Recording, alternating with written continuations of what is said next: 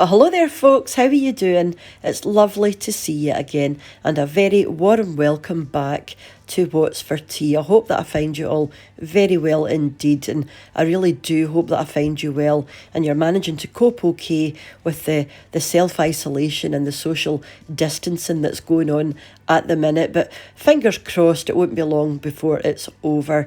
If you're new and you're not normally here, welcome to you as well. This is What's for Tea and my name is Cheryl, and today I'm just going to be taking you through a very easy recipe for Panackelty. Yeah, I'd never heard of it either, so don't worry if you've never heard of it. I was watching YouTube the other day and it was actually a recipe that Keith Cooks had put in his channel, and I watched it and I just thought it looked amazing, so I said I'm going to do that, and I did tell him I was going to do it. So I will link Keith's original recipe in the description box down below, just in case you want to go and watch his after this one. Now you can use sausage or you can use bacon. I think he actually used bacon, but I'm going to be using sausage because depending on which recipe you know that you watch, they'll use different things, but I just fancied using the sausage. It's so simple and absolutely delicious. So if you've got the ingredients, I highly do recommend this, and I would go as far as to say it's probably the tastiest thing that I've ever done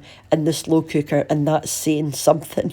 So as usual, all of the ingredients that I'm going to be using along with the measurements will be in the description box down below, so if you want to follow along, just pop down there and you'll find everything that you need, and this will serve 4 people very generously. So let's go and see what we're going to need. So the first thing I've got is 3 teaspoons of corn flour or cornstarch. I've got a standard can of chopped tomatoes, that's about 400 grams. I've also got a pound of pork sausages, but again, like I said, use bacon if you don't want to use sausages. I've got a pound of potatoes. Now use a potato that's good for roasting. I'm using red rooster potatoes. I've got 300 ml of beef stock. Now that's just 2 OXO cubes dissolved into 300 ml of water, boiling water.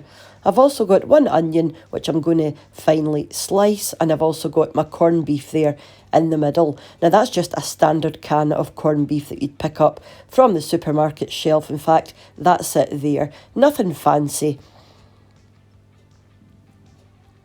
And there is 340 grams in that one. And these were the tomatoes that I used. I think I got these from Aldi or Lidl. So you want to get your slow cooker on to high. This is going to cook for about 5 hours.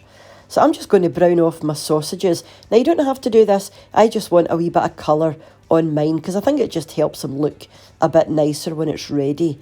You know, so that they're not too pale and boring looking. Just a wee bit of colour. So just fry these for 4 or 5 minutes. You don't need to cook them through because they're going to be in the slow cooker for hours anyway, so they don't have to be fully cooked. About halfway would be fine.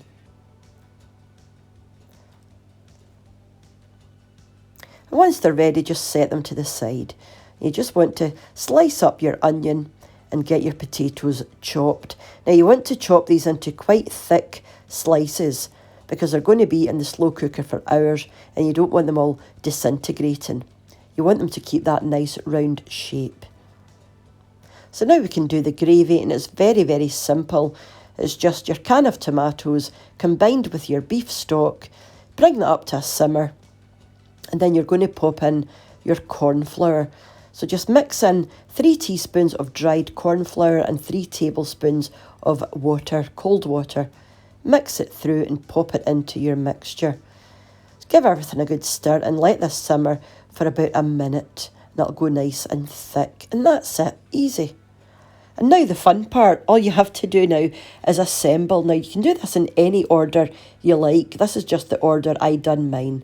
So I popped a wee bit of gravy into the bottom, followed by a layer of potatoes, a few of the onions, and then I broke up a couple of pieces of the corned beef, and then a few chunks of my sausage. I just cut my sausages into pieces, another ladle of the gravy, and then just keep repeating that process until you've run out of ingredients basically.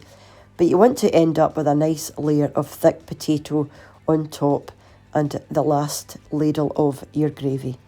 And I've got none left, and that's me out of ingredients. So pop your lid on for 5 hours. Now you'll know when this is ready. When you put your knife in, it goes through your potatoes very easily. And there's me there. So like I said, let it just sit there for 5 hours. Come back after the 5 hours. Stick your knife in. If the knife goes in easily, it's done.